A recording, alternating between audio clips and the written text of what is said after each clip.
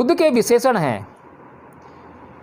बुद्ध, तथागत या भगवान यह कोई नाम नहीं है, यह विशेषण है। यह जो बुद्ध हैं, जो एक मानव है, जो सर्वगुण संपन्न है, उसकी विशेषताओं को बताने वाले मैं अपने हिंदू भाइयों को जगाना चाहता हूँ। मैं उन्हें दुश्मन नहीं मानता, मैं उन्हें अपना मित्र मानता हूँ। दुर्योधन और उसके भाइयों ने जो द्रौपदी के साथ में किया वह अपमानजनक हो सकता है। वह एक स्त्री की मर्यादा, वह एक स्त्री की अस्मिता के प्रति अन्याय हो सकता है, लेकिन वह किसी भी प्रकार से पांडवों के प्रति अन्याय नहीं हो सकता है। अगर इस्लाम को मानने वाले और ईसाईयत को मानने वाले लोग भी बौद्ध धर्म की तरह प्रचार प्रसार करते, बौद्ध धर्म को भी उतनी ही स्वतंत्रता प्रदान करते, तो मैं गारंटी के साथ कहता हूं कि इस्लाम और ईसाईयत से कहीं ज़्यादा आगे आज आपको पूरी दुनिया में बौद्ध धर्म फैला हुआ दिखाई देता। आर्कियोलॉजिकल सर्वे ऑफ इंडिया नामक संस्थान ने किस प्रकार भारत के लोगों से विश्वासघात किया, उनसे धोखा। कोई भी इतिहासकार, कोई भी इतिहास की किताब, कोई भी भारत आया हुआ यात्री अपने वृत्तांत में यह नहीं लिखता है कि अयोध्या का संबंध किसी भी प्रकार से राम से था। यहां तक कि ASI ने भी नहीं कहा है अपने किसी भी रिपोर्ट में कि किसी भी प्रकार से राम का संबंध अयोध्या से है। क्या आज विश्व के किसी भी देश में उसके न्यायाधीश आपकी इस अहिंसा के सिद्धांत के आधार पर न्याय कर रहे हैं? लेकिन मैं डंके की चोट पर कह रहा हूं कि आज पूरे विश्व के न्यायाधीश बुद्ध की अहिंसा के सिद्धांत पर आज न्याय कर रहे हैं।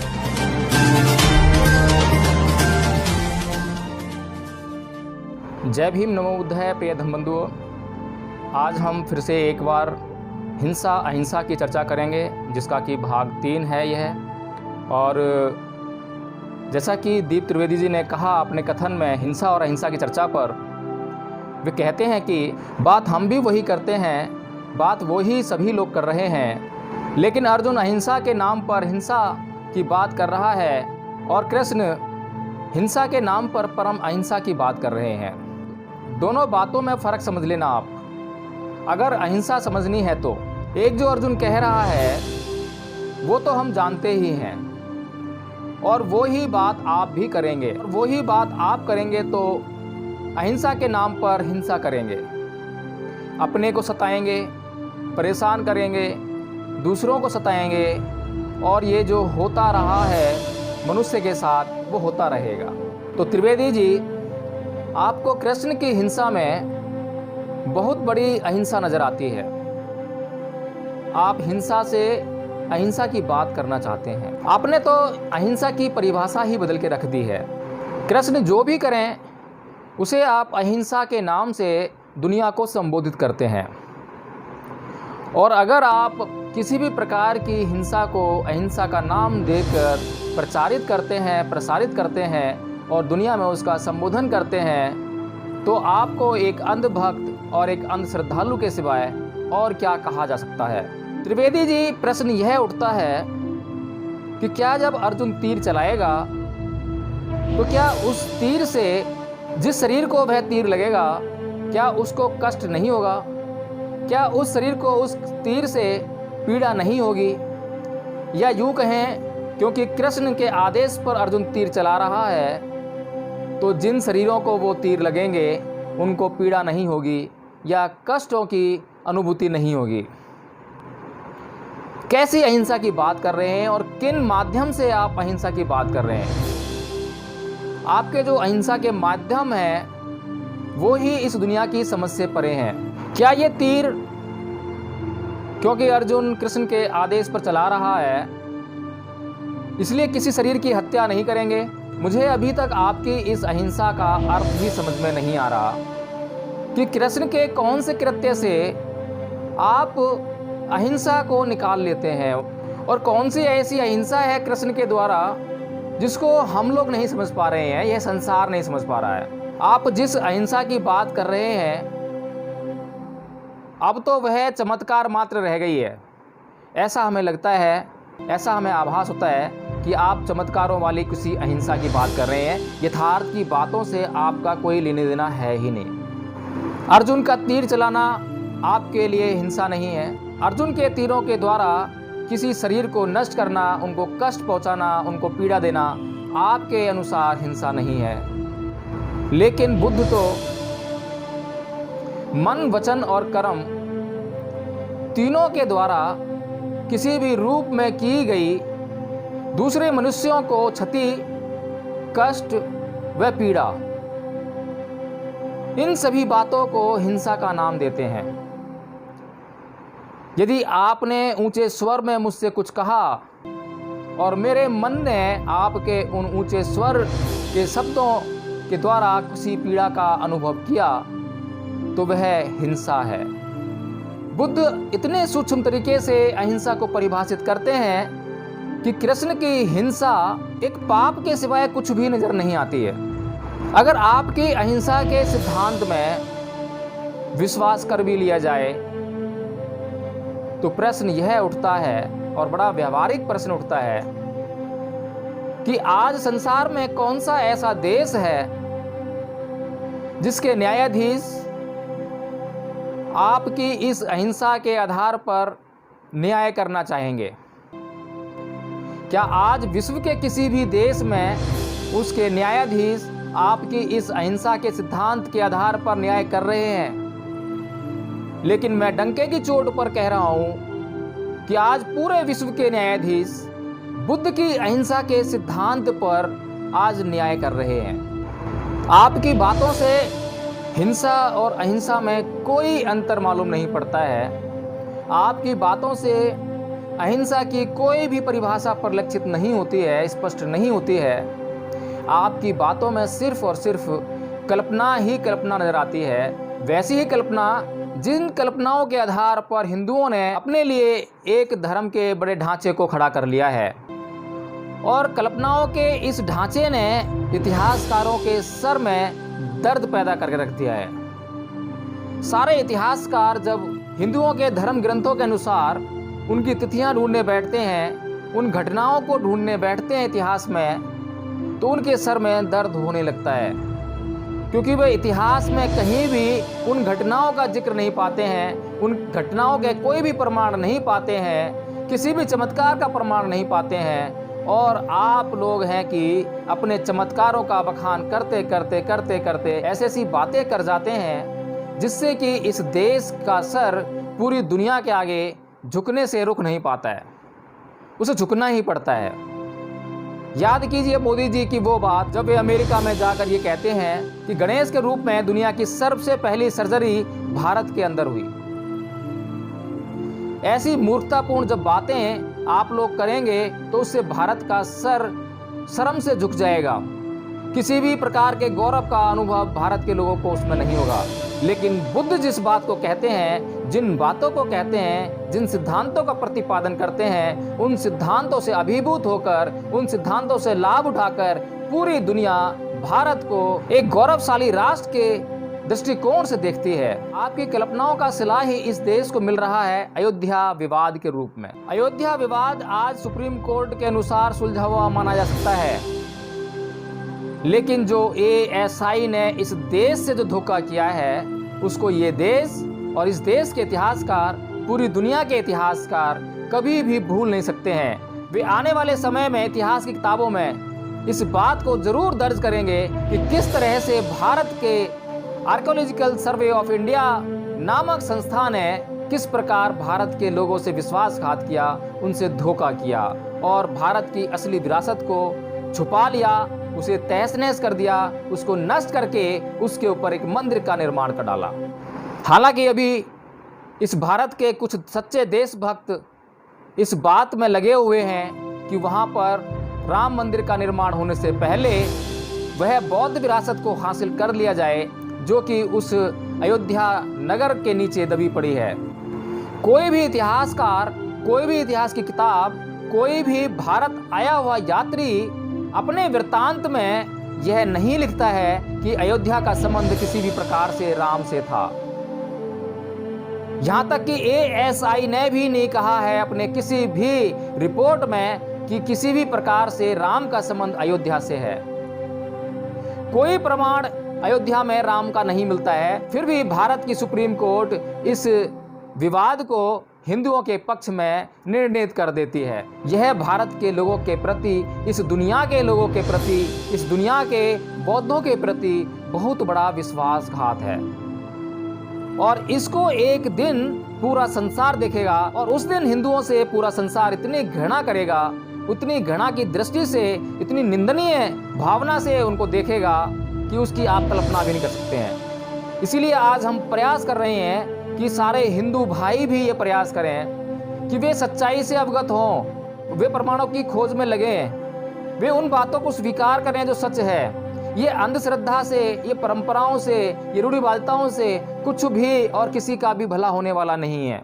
और इस देश में जो सरकार है वो बार बार देशभक्ति का राग अलापती रहती है। लेकिन कैसी देशभक्ति, जब आप अपने देश की ऐतिहासिक विरासत को ना बचा सको, बचाने का प्रयास ना करो और प्रयास करने के बजाय उसको जानबूझकर षड्यंत्रों के द्वारा उन ऐतिहासिक विरासत को पीस कर उसकी मिट्टी बना के रख दो, तो क्या यह देशभक्ति है? इससे बड़ा देशद्रोह कोई नहीं है। और त्रिवेदी जी, इतिहास इस बात का साक्षी है कि मुसलमानों ने अपने धर्म का जब प्रचार किया तो उन्होंने हिंसा से अपने धर्म का प्रचार किया। पूरी दुनिया में जहाँ जहाँ इस्लाम आज व्याप्त है, फैला हुआ है, सभी जानते हैं कि कैसे फैला है। भारत में भी जो इस्लाम का रूप आज अब देख रहे हैं वह हिंसा के द्वारा ही प्रचारित और प्रसारित किया गया है। जबरदस्ती धर्म परिवर्तन करा के किया गया है। ईसाइयों ने अपने व्यापार और हिंसा के द्वारा पूरी दुनिया में ईसाइयत का प्रचार और प्रसार किया है। बहुत बड़े धब्बे इन धर्मों के ऊपर लगे हुए हैं। धर्मों को मानने वाले धर्मावलंबियों का सर शर्म से आज झुक जाता है जब इतिहास की ये गाथाएं वे पढ़ते हैं। और इसी प्रकार अगर मैं कहूं कि हिंदुओं ने तो आज तक अपने धर्म का प्रचार करने का प्रयास ही नहीं किया है, तो ये बात बिल्कुल ठीक है। उन्होंने आज तक अपने धर्म का प्रचार करने का प्रयास ही नहीं किया है, बल्कि उस धर्म को छुपाने का प्रयास किया है। उस धर्म को भारत के एक बहुत बड़े वर्ग से छुपाने का प्रयास किया है। और आज जब उन्हें याद आई कि उनका धर्म तो इस देश में भी कुछ ही लोग मानते हैं और जो लोग मानते हैं अब उनकी आस्था और उनका विश्वास भी विज्ञान के आने से वो लुप्त होता जा रहा है, वो हटता जा रहा है, अब वो प्रकाश को प्राप्त हो रहे हैं, अंधकार से मुक्त होते जा रहे हैं, तो कुछ खुरापाती हिंदुओं को ये सूझा कि क्यों ना अब धर्म का प्रचार प्रसार किया जाए। और उन्होंने भी धर्म प्रचार का कौन सा साधन अपनाया? उन्होंने भी धर्म प्रचार का साधन वही अपनाया जो इतिहास में इस्लाम के धर्म प्रचारकों ने अपनाया, ईसाइयों ने अपनाया। आज उसी राह पर वो मॉब लिंचिंग के द्वारा, हिंसा के द्वारा हिंदू धर्म का प्रचार और प्रसार करने का काम कर रहे हैं।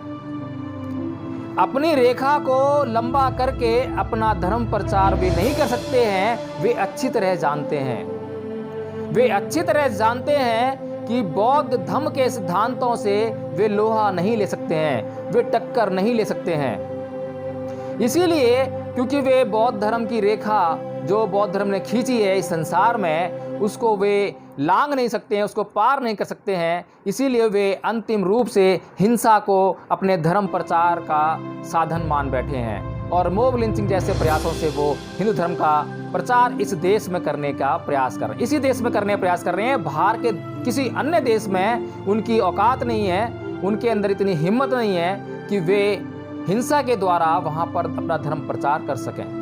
और जब आप देखते हैं इतिहास के किसी भी पन्ने को आप उठाकर देख लीजिए तो आप पाएंगे कि दुनिया का सर्वश्रेष्ठ धर्म आपको बौद्ध धर्म ही मिलेगा। प्रचार प्रसार के तरीकों में भी आज तक कभी भी बौद्ध धर्म का प्रचार प्रसार करने वाले ने हिंसा का प्रयोग अपने धर्म के प्रचार प्रसार में नहीं किया। जोर जबरदस्ती से आज तक बौद्ध धर्म का प्रचार पूरी दुनिया के किसी भी कोने में नहीं हुआ। लेकिन फिर भी आज अगर पूरी दुनिया में बौद्ध धर्म की छाप है तो वो उसके अच्छे सिद्धांतों के कारण है। अगर इस्लाम को मानने वाले और ईसाइयत को मानने वाले लोग भी बौद्ध धर्म की तरह प्रचार प्रसार करते, बौद्ध धर्म को भी उतनी ही स्वतंत्रता प्रदान करते, तो मैं गारंटी के साथ कहता हूं कि इस्लाम और ईसाईयत से कहीं ज़्यादा आगे आज आपको पूरी दुनिया में बौद्ध धर्म फैला हुआ दिखाई देता। और भारत की तो नाक बौद्ध धर्म से ही बनती है। अगर आज भारत के नेता, चाहे कोई भी नेता हो, कोई भी प्रधानमंत्री हो, आज का प्रधानमंत्री भी जो कि आरएसएस का एक एजेंट है, आरएसएस का चमचा है, आरएसएस की मानसिकता से लबालब है, कट्टर हिंदू है, वो भी जब बाहर के देशों में जाता है तो सबसे पहले बुद्ध का ही नाम लेता है। मैं बुद्ध की धरती से आया हूं, यही कहता है। अगर उस व्यक्ति को भी बुद्ध की धरती से आया हूं यह कहना पड़ता है तो मुझे यह बात कहने में कोई हर्ज नहीं लगता कि इस देश की अगर नाक है पूरी दुनिया में तो वो बौद्ध धर्म के ही कारण है। अगर इस बात को मेरे हिंदू भाई जितना जल्दी समझ लें उतना ही ज़्यादा फायदा इस देश को होने वाला है। जितना देर से समझेंगे उतना ही नुकसान इस देश को होने वाला है। इसलिए त्रिवेदी जी, हिंसा तो सदैव हिंसा ही रहेगी और अहिंसा सदैव अहिंसा ही रहेगी। आप हिंसा को अहिंसा कहकर कभी भी प्रचारित और प्रसारित नहीं कर सकते हैं, उसी प्रकार अहिंसा को हिंसा कहकर कभी भी प्रचारित और प्रसारित नहीं कर सकते हैं। आपको अपना दृष्टिकोण बदलना ही होगा, आपको अपने पूर्वाग्रहों से निजात पानी ही होगी, आपको अपने आराध्य से, अपने देवता से अपने आप को मुक्त करना ही होगा। मेरी पिछली वीडियो में एक बौद्ध धर्मावलंबी ने मुझे यह कहा कि आप बुद्ध को भगवान बुद्ध कहें, तथागत बुद्ध कहें। उन्हें शायद यह समझ में आया कि मैं जब बुद्ध कहता हूं तो उसमें कुछ अपमान सा महसूस होता है उनको, लेकिन ऐसा नहीं है। मैं बुद्ध को बुद्ध कहता हूं और बुद्ध को बुद्ध ही कहा गया है, बुद्ध को तथागत कहा गया है, भगवान कहा गया है। ये सब बुद्ध के ही नाम हैं, बुद्ध के विशेषण हैं। बुद्ध, तथागत या भगवान यह कोई नाम नहीं है, यह विशेषण है। यह जो बुद्ध हैं, जो एक मानव है, जो सर्वगुण संपन्न है, उसकी विशेषताओं को बताने वाले शब्द हैं। इसलिए इसमें किसी प्रकार की श्रद्धा ना ढूंढें, इन शब्दों में किसी प्रकार का मान और अपमान और सम्मान ना ढूंढें। आप श्रद्धालु बने, अंधश्रद्धालु ना बने। और हमें जब किसी बात को सुनना होता है, समझना होता है, तो अपने पूर्वाग्रहों से मुक्त होना ही होता है। यदि मुझे कृष्ण की या त्रिवेदी जी की किसी बात को सुनना है और उसे समझना है, तो जब तक मैं बुद्ध की कही हुई बातों से पूरी तरह से मुक्त नहीं होऊंगा, अपने आप को हर प्रकार की बातों से मुक्त नहीं करूंगा, तब तक मैं किसी की बात का सही तरह से आकलन नहीं कर पाऊंगा। और यदि मैं किसी भी बात से जुड़ा हुआ हूं, उनसे चिपका हुआ हूं और मैं किसी बात का आकलन करने बैठ जाता हूं, तो मैं वह उन बातों का आकलन उन्हीं धारणाओं के संदर्भ में ही करूंगा। वह धारणाओं की अभिव्यक्ति आपको किन्हीं न किन्हीं शब्दों में, मेरे किन्हीं शब्दों में जरूर मिलेगी। इसलिए त्रिवेदी जी, हिंसा में भी अहिंसा हो सकती है, इस बात का समर्थन बुद्ध भी करते हैं। लेकिन बुद्ध उस तरह से हिंसा का समर्थन नहीं करते हैं जिस तरह की हिंसा का समर्थन आप कृष्ण की हिंसा में करते हैं। कृष्ण ने अपने जीवन में किसी भी व्यक्ति को अहिंसा के द्वारा या बिना किसी को मारे, बिना किसी को कष्ट पहुंचाए, किसी को भी समझाने का सफलतम प्रयास नहीं किया। और बुद्ध ने कभी भी किसी को समझाने के लिए कभी हिंसा का सहारा नहीं लिया, क्योंकि वे इतने सक्षम हैं, इतने संपन्न हैं कि उन्हें हिंसा करनी ही नहीं पड़ती है। लेकिन हम ये समझते हैं कि सभी लोग बुद्ध की भांति संपन्न नहीं हैं, 10 पारमिताओं में पारंगत नहीं हैं, हर प्रकार से सुदृढ़ नहीं हैं, हर प्रकार से अधिष्ठित नहीं हैं। इसीलिए उन्हें अपने कार्यकलापों में हिंसा का प्रयोग करना पड़ जाता है। जैसे कि एक माँ जो कि यह नहीं जानती है कि क्या हिंसा है और क्या अहिंसा है, वह हिंसा और अहिंसा का भेद भी नहीं करती है, लेकिन जब भी उसके बच्चे कोई गलत काम करते हैं या गलत राह पर चलने का प्रयास करते हैं तो वह उनके साथ में थोड़ा सा हिंसात्मक व्यवहार करती है। वह माँ जो अपने बच्चों की भलाई के लिए, उनको सही मार्ग पर लाने के लिए जो अपने हिंसात्मक प्रयास कर रही है, वह हिंसात्मक होते हुए भी पूरी तरह से अहिंसात्मक हैं। उसको अहिंसात्मक कहा जा सकता है क्योंकि उसके पीछे बच्चों के कल्याण की भावना छुपी हुई है और वह जागरूक है कि कितनी हिंसा करनी है। जितनी हिंसा करनी है वह उससे अधिक हिंसा नहीं करती है। वह उस हिंसा को करके अपने बच्चों की जान ही नहीं ले लेती है। वह जागरूक है। अगर जागरूक रहकर किसी के कल्याणार्थ कोई हिंसा की जाए तो वह पाप नहीं रह जाती है, वह पुण्य बन जाती है। जैसे एक माँ के द्वारा अपने बच्चों के साथ की गई हिंसा पूरी तरह जागरूक होकर की जा रही है और अपने बच्चों के कल्याणार्थ की जा रही है, इसलिए वह पाप न रहकर वह पुण्य की वर्षा अपने बच्चों पर लगातार करती रहती है। और एक दिन ऐसी माँ के बच्चे अपनी जिंदगी में सफल होकर दिखाते हैं, सफलता को पाते हैं। लेकिन जो लोग अपनी इच्छा को पूर्ण करने के लिए, अपने स्वार्थों की पूर्ति के लिए जब हिंसा करते हैं तो उसको अहिंसा कैसे कहा जाए। महाभारत के युद्ध में जब कृष्ण गीता का संदेश अर्जुन को दे रहे हैं तो वे किस हिंसा को करने के लिए कह रहे हैं और उस हिंसा से किन लोगों का कल्याण होने वाला है। क्या उसमें राज्य के अभिलाषा नहीं है? क्या उसमें अपने स्वार्थों की तृप्ति नहीं है?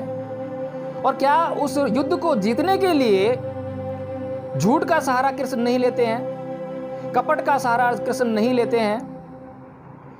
इसमें किसी भी प्रकार का पुण्य हमें नजर नहीं आता है, किसी भी प्रकार का कल्याण किसी भी व्यक्ति का हमें नजर नहीं आता है। जो लोग मारे जाते हैं उनका कल्याण नजर नहीं आता है, जो लोग युद्ध के बाद बच जाते हैं उन लोगों का कल्याण नजर नहीं आता है।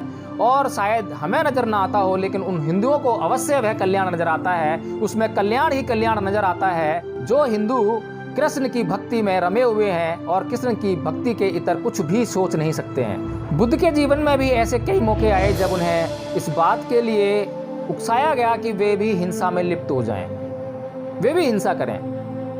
उदाहरण के लिए जब रोहिणी जल विवाद का प्रकरण उनके सामने जीवन में आया तो उनके सामने उनके जीवन पर, उनके परिवार के जीवन पर गहरा संकट छा गया, लेकिन तब भी उन्होंने हिंसा का सहारा लेने से बचने का प्रयास किया। हिंसा अंतिम साधन के रूप में मानव के कल्याण के हेतु उपयोग में तो लाई जा सकती है, लेकिन किसी भी प्रयोजन में वह प्रथम साधन के रूप में प्रयोग में नहीं लाई जा सकती। इसीलिए बुद्ध जबकि सिद्धार्थ थे, जब वे बुद्ध नहीं भी बने थे, तब भी उन्होंने कोल्य और शाक्यों के बीच में मध्यस्थता का प्रस्ताव रखा। उन्होंने कहा कि शाक्य अपने में से 2 आदमी चुन लें, कोल्य भी अपने में से 2 आदमी चुन लें और ये चारों आदमी मिलकर एक आदमी का चुनाव कर लें और ये 5 आदमी मिलकर इस विवाद का एक शांतिपूर्ण समाधान दोनों राज्यों के लिए निकाल लें। इस प्रकार सिद्धार्थ ने बुद्ध बनने से पूर्व भी अहिंसा का ऐसा सर्वोच्च प्रदर्शन किया जिसके बारे में कृष्ण और त्रिवेदी जी कभी सोच भी नहीं सकते हैं। आज मैं नहीं देखता कि त्रिवेदी जी ने अपने जीवन में उस तरह से अपने दुश्मनों से कभी बदला लिया होगा या बदला लेने की कभी उन्होंने कामना भी की होगी। आज भी बड़ा शांतिपूर्ण जीवन बिता रहे हैं और मैं ये जानता हूं कि वे पूरी जिंदगी शांतिपूर्ण जीवन ही बिताना चाहते हैं, अहिंसात्मक जीवन बिताना चाहते हैं। वे कृष्ण के द्वारा की गई किसी भी हिंसा या वे जिस हिंसा को परिभाषित करने का प्रयास कर रहे हैं उसकी छाया भी अपने जीवन में नहीं आने देना चाहेंगे, लेकिन फिर भी वे उस हिंसा का ही समर्थन कर रहे हैं। इसको मैं अंधकार न कहूं तो क्या कहूं। यह अंधकार है और इस अंधकार से बाहर लाने का काम केवल और केवल बुद्ध ने किया और बुद्ध के उस कार्य का पूरे संसार ने लाभ भी उठाया।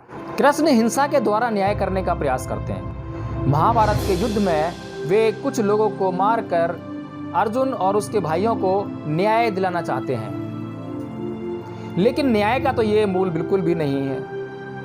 न्याय का मूल तो इसी बात में है और न्याय का उद्देश्य तो यही है कि जिस व्यक्ति ने अपराध किया है उसको अपराध का दंड ना भी मिले और वह उस अपराध का अपराध बोध भी कर ले और उसमें सुधारवादी अपना दृष्टिकोण पैदा कर ले और वहां से वह उस अपराध की पुनरावृत्ति ना करने का वचन अपने आप को दे दे और वह सुधर जाए, तो उसको दंड की जरूरत भी क्या है। अपराधी को दंड इसलिए दिया जाता है ताकि वह सुधर जाए। किसी भी अपराधी को दंड इसलिए नहीं दिया जाता ताकि उसको समाज से दूर रखा जा सके या फिर उसको जो है नष्ट करके समाज को बचाया जा सके। कुछ अपराधी इस प्रवृत्ति के होते हैं जो अपने पूरे जीवन पर्यंत अपने किए गए अपराधों का बोध नहीं कर पाते हैं, उनको समझ नहीं पाते हैं। वे जंगली स्वभाव के होते हैं, असभ्य प्रकार के लोग होते हैं, जिनका सामाजिक जीवन से कोई सरोकार नहीं होता है, सामाजिक जीवन में जिनका विश्वास नहीं होता है। ऐसे लोग जिनके अंदर अपने किए गए अपराध का कोई अपराध बोध नहीं है, तो ऐसे लोगों को समाज से दूर रखना या उनको मृत्यु दंड देना वह उचित है, वह न्यायकारी है। और बुद्ध ने भी तो यही कहा है कि यदि न्यायाधीश बिना द्वेष बिना घृणा के किसी भी न्याय को करते समय कोई भी दंड किसी भी अपराधी के लिए निश्चित करता है, तो वह दंड कभी भी हिंसा नहीं हो सकता है, वह अहिंसा का ही परिलक्षण है। अपनी संपत्ति की रक्षा करने के लिए, अपने जीवन की रक्षा करने के लिए, दूसरों की संपत्ति की रक्षा करने के लिए, दूसरों के जीवन की रक्षा करने के लिए यदि किसी यथायोचित हिंसा का सहारा किसी व्यक्ति को लेना पड़ता है, तो वह हिंसा नहीं होती है, वह अहिंसा का रूप होती है। लेकिन रक्षा करने के लिए पहले तो अपने सारी संपत्ति को जुए में हार जाओ, अपने मन पर किसी प्रकार का नियंत्रण नहीं है, अपनी पत्नी को भी उस जुए में हार जाओ, और फिर पत्नी जब जुए में हार गए हैं, जब आपका स्वामित्व उस पत्नी से हट गया है और वह किसी और के स्वामित्व में चली गई है, आपकी संपत्ति किसी और के स्वामित्व में चली गई है, तो उससे वह कैसा व्यवहार करता है, इस पर आपका कोई भी नियंत्रण नहीं हो सकता है। लेकिन यदि आप तब भी उस पर नियंत्रण स्थापित करने का प्रयास करते हैं, तो वह न्याय नहीं हो सकता है। और यही बात तो कृष्ण जो है कर रहे हैं, वे न्याय नहीं कर रहे हैं, वे अन्याय कर रहे हैं।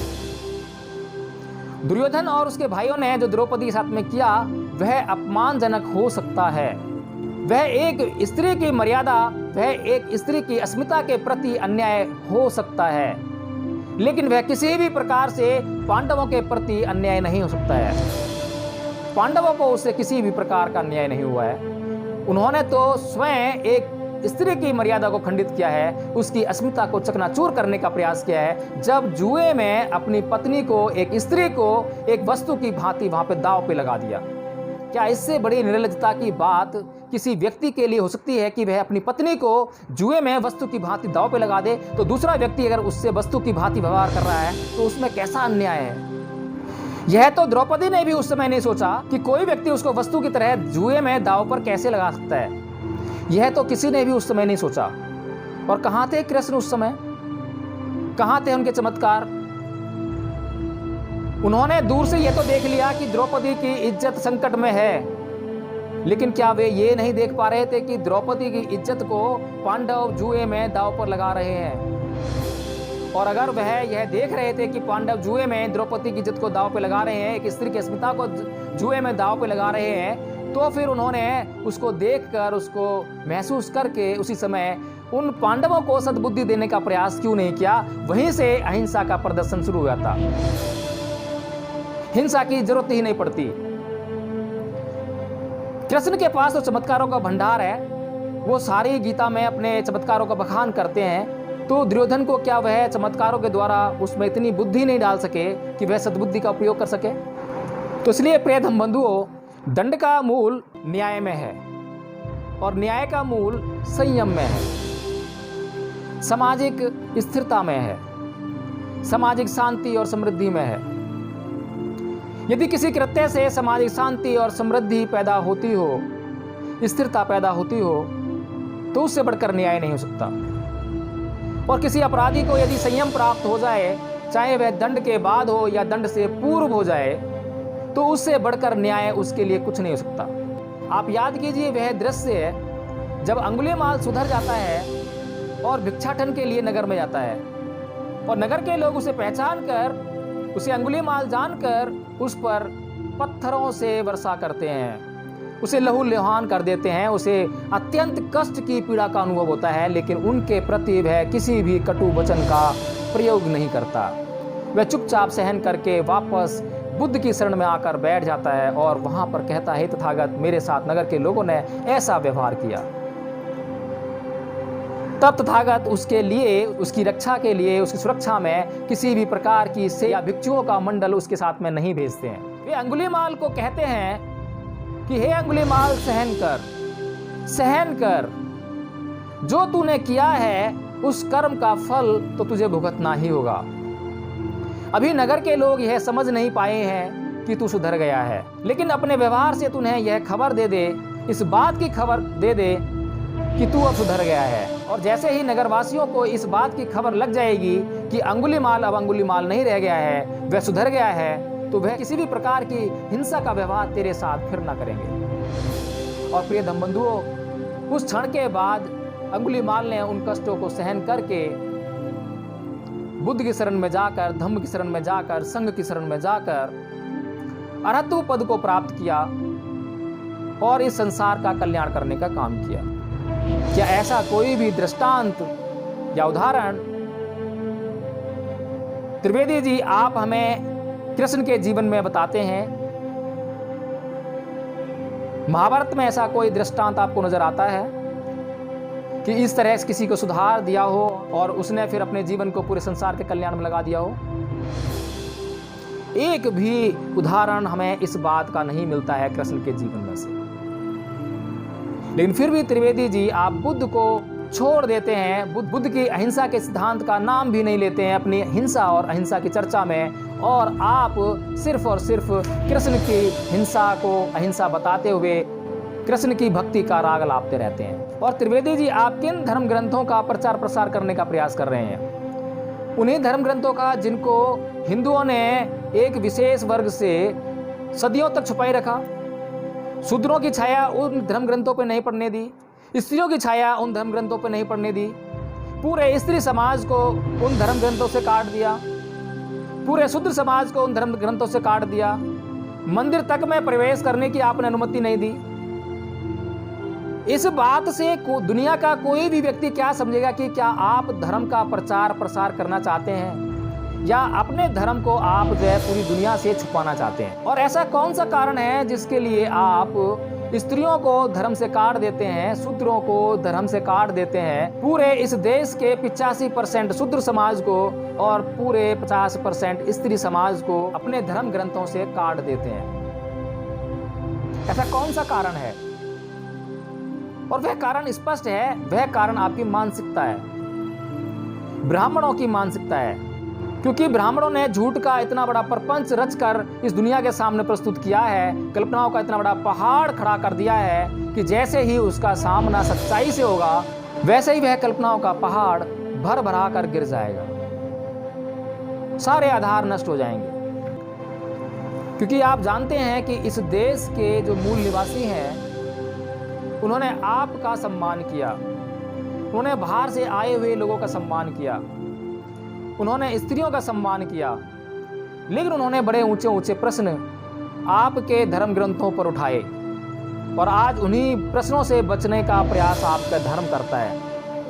आपके धर्म के लोग, पंडित पुजारी और आप भी यह क्यों कहते हैं कि धर्म आस्था का सवाल है, धर्म विश्वास का सवाल है और धर्म पर किसी भी प्रकार के प्रश्न नहीं किए आस्ते, ईश्वर पर किसी भी प्रकार के प्रश्न नहीं किए आस्ते।